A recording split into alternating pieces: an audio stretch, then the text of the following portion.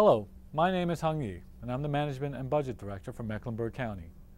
Our elected Board of County Commissioners adopted an operating budget for fiscal year 2012 on June 7. We're going to show you a website at the end of this video where you can go to see the written version of the full budget. But we thought it would be helpful through a series of short videos to present some highlights about the FY12 budget. Roger Corticus brings us a broad overview. The total budget is $1.385 billion. Every expense the county expects to spend on programs, services, partnerships, and debt payments is included in that amount. The county is required by state law to adopt a balanced budget, so it's critical that the county forecasts what revenue it expects to take in before deciding how much to spend. The majority of revenue comes from a tax on property. This board has adopted a tax rate of 81.66 cents. That means that property owners pay a tax bill equivalent to 81.66 cents for every $100 of assessed value of the property. Here's an example. If someone owns a home valued at $200,000, we would divide $200,000 by 100, which comes to $2,000. Multiply that by 81.66 cents, and the property tax bill is $1,633 and change.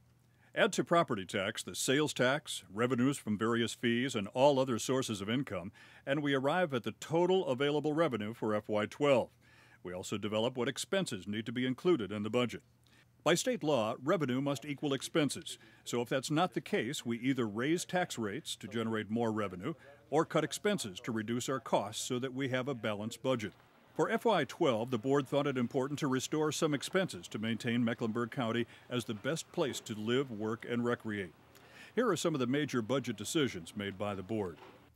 Increase funding for Charlotte Mecklenburg schools by $26 million to a total of $452.5 million. This number includes CMS debt service costs for building and renovating schools. CPCC was given about $4 million more than last year for a total of $43.5 million, including $17.5 million for debt service. The board committed to creating a debt service fund in the amount of $269 million to make sure enough money is set aside to make our debt payments. The board put $32 million into a pay-go fund. Charlotte Mecklenburg Library saw their funding increase by $3 million to $19.5 million. Park and Recreation's overall budget increased by $2 million.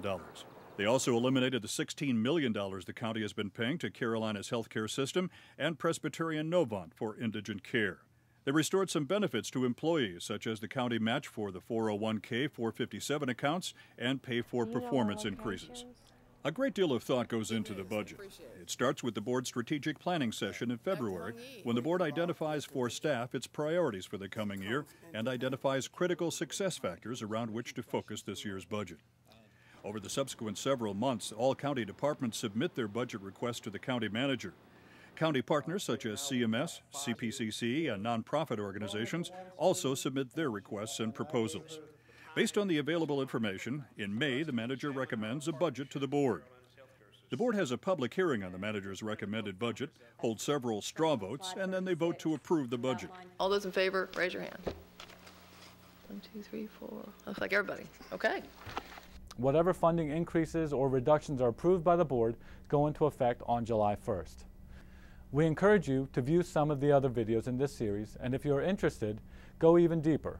You can find the complete budget book at the address you see on your screen. Thank you for your interest.